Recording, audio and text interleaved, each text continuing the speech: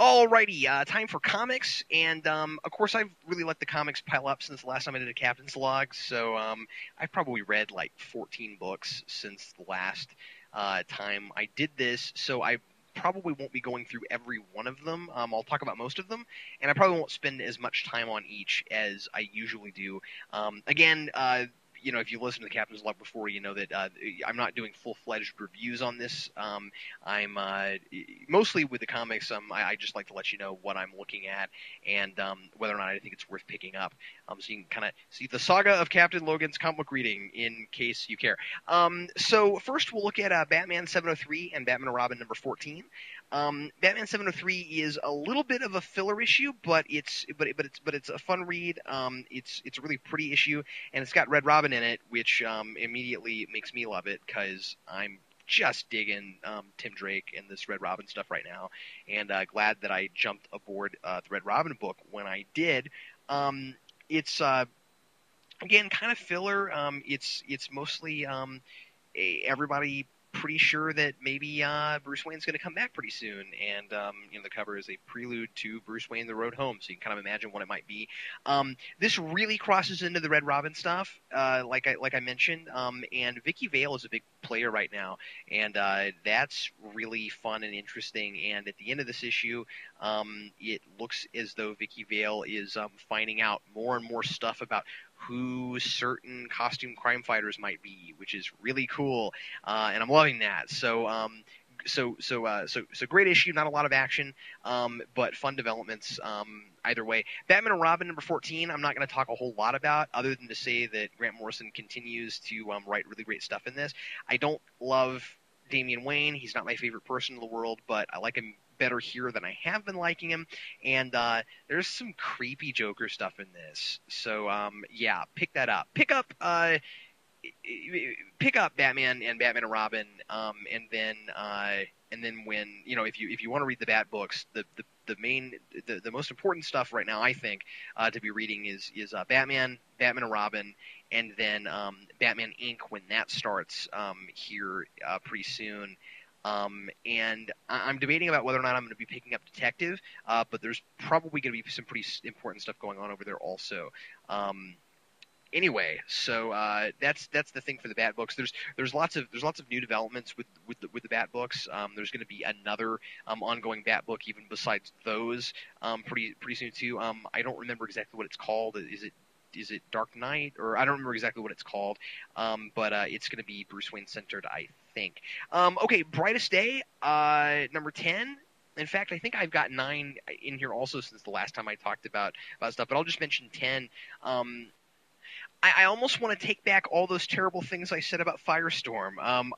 Again, not my favorite character or anything, and I was getting kind of bored with the Firestorm stuff from some of the earlier issues. They haven't used him in a few issues, and now that Firestorm is back, and they're telling us more and more about the instability of the Firestorm Matrix and stuff like that, it leads to the coolest reveal so far in this series, which I won't give away. But at the end of this issue, it has, I think, the coolest full page spread in the series so far, and a really, really, really cool reveal. They're bringing in Aqualad and kind of a mysterious character, and doing some fun stuff with Black Manta. I've been liking Brightest Day all the way through. It's exciting me more now than it has the entire time, and I do really, really recommend Brightest Day. Obviously, hard thing to jump into in the middle, but if you can go back and find the old issues, if you weren't sure about Brightest Day, I don't know. It's fun, and I'm enjoying it. Batman Beyond, I cannot recommend the series enough. I keep saying that. It keeps getting better every issue. Minis don't usually seem to do this. Well, I don't know. That's not fair. Some minis do. But lately, I don't know. It's not fair. I'm thinking about Shadowland when I'm saying that. But like, a lot of times, a miniseries will start off really strong and will be pretty good throughout, but won't just keep trumping itself every issue. And you'll have a good idea, and then you'll have to figure out how to stretch it for 6 issues. boy, not this, man. Every issue of this Batman Beyond mini is just like more interesting and more fun every issue. And I can't express in words how cool this issue was. So we finally get Dick Grayson in here, and we get the backstory about what happened to Dick Grayson when he decided to stop being Nightwing. And I don't want to give any of this away because I feel like people really should be reading this. And once just like Brightest Day, really amazing reveal at the end of this that I didn't see coming. And it's got Bruce Wayne trying to operate without Terry because they've been having falling outs and stuff. So he's trying to use like these Batman robot drones like he does in Kingdom Come, and I like that because of course it's not working exactly as well as he'd like to, and of course we're finding that there needs to be a physical Batman, and like I said. What a reveal at the end. I don't want to give anything away. You should be reading that. And then we go to Spawn 199, and I still am surprised that Spawn is good right now. This is mostly a big lead up for what's going to happen with issue 200, and it's mostly dealing with Jim and the Freak. And well, there's some good Sandwich Witch stuff in here also dealing with Clown, but the Freak is talking kind of in riddles as if the Freak is someone else other than just the Freak, and at the end makes this really big deal out of, now I'm going to show you who I am, and that reveal will come in 200, and the book makes a really big deal out of the fact that the Freak is going to reveal himself as being an old familiar Spawn villain, and the way he's talking throughout all of this, especially with like having his own big army of Hellspawns and things like that, and then saying things like he's talking to Jim about the costume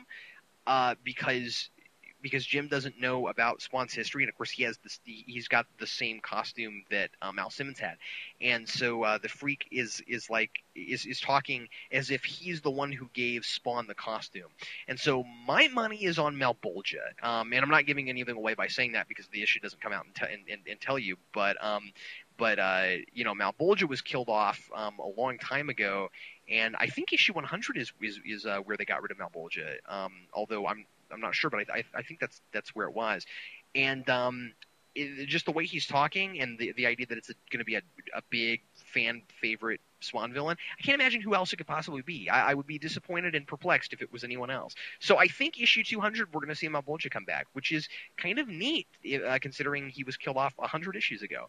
So anyway, I kind of hope that's what's happening, and still great book, and really surprised by it. Okay, Invincible Iron Man number 30. I was going to drop this book, but I decided to write it out through the arc because, I don't know, I was just starting to get kind of bored. And, of course, the point where I was just about to drop it, it starts getting more interesting.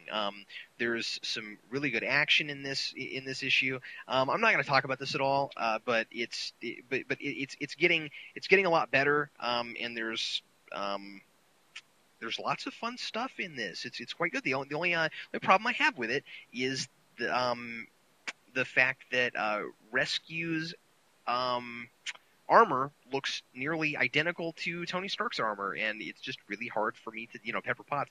It's just hard for me to tell in panels sometimes with them together which one is Pepper Potts and which one is Tony, and that's just odd to me. But anyway. Daredevil and Shadowland, we just did a big GNN on that, so I'm not gonna talk too much about that, other than to say that I was liking this, and now I'm not.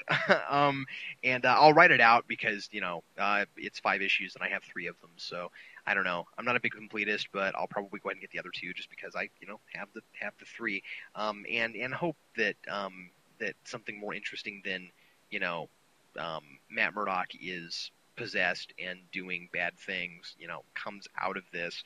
By the way, somebody left a comment on the Geeks Not Nerds this week and said something that I thought was really funny, where somebody said, I really like the idea of building this giant evil ninja tower in the middle of New York City, but I wonder how no one noticed while it was being built. Superman Last Family of Krypton #2. Once again, what a cool Elseworld story.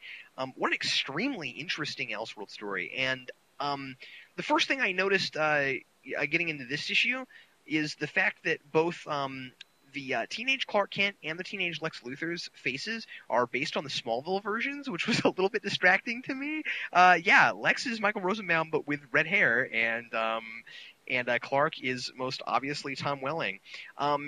This issue is dealing with obviously stuff set up in the last issue, and Clark has Kryptonian siblings now, and more things are developing. Clark actually becomes Superman finally in this, and becomes totally at odds with Jor-El, who thinks that is not a good use of his time or for the crest of El, which is obviously different than how Jor-El has felt about the Superman concept in the past. But again, the idea is that Jor-El is actually on Earth now, and his mind is being changed by wealth and fame and